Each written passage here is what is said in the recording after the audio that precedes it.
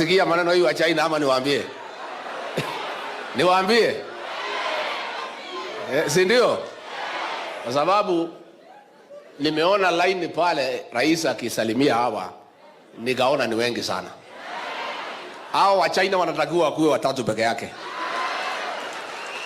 Mwenye kampuni, the chief engineer na chief accountant wa kulipa watu Saturday. Si chief accountant kuwe mchina. Lakini hii kazi ingine yote hii watu wapewe.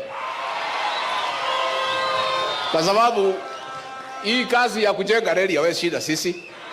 Ile tunataka walete ni pesa. Na walete yule engineer wa kwao mjuaji. Na chief accountant akuje na pesa na mabags. Mnamesikia nyinyi wa China? Alafu hii watu walipwe Jumamosi. Si ndio? Wasiwekewe pesa mpaka mwisho wa mwezi. Ndio wapange mambo yao. Rais wetu, sisi tunakupongeza kwa yale ambaye umeweza kuyatenda chini kama 1 year tangu uchukue hatamu ya uongozi wa nchi hii.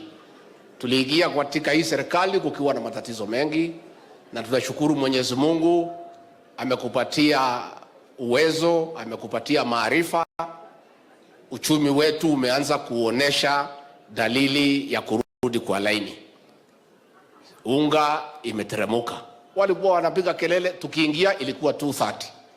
Sasa leo nimepiga simu pahali ingine 130, 145, inaendelea kuteremuka. Si ndio? Mafuta ndio hiyo ilikuwa imepanda, si imeanza kuteremuka. Rais alisema hii maneno ni kupanga. Unajua, nyinyi mnajua, hii uchumi wa Kenya ni kama mgonjwa akiwa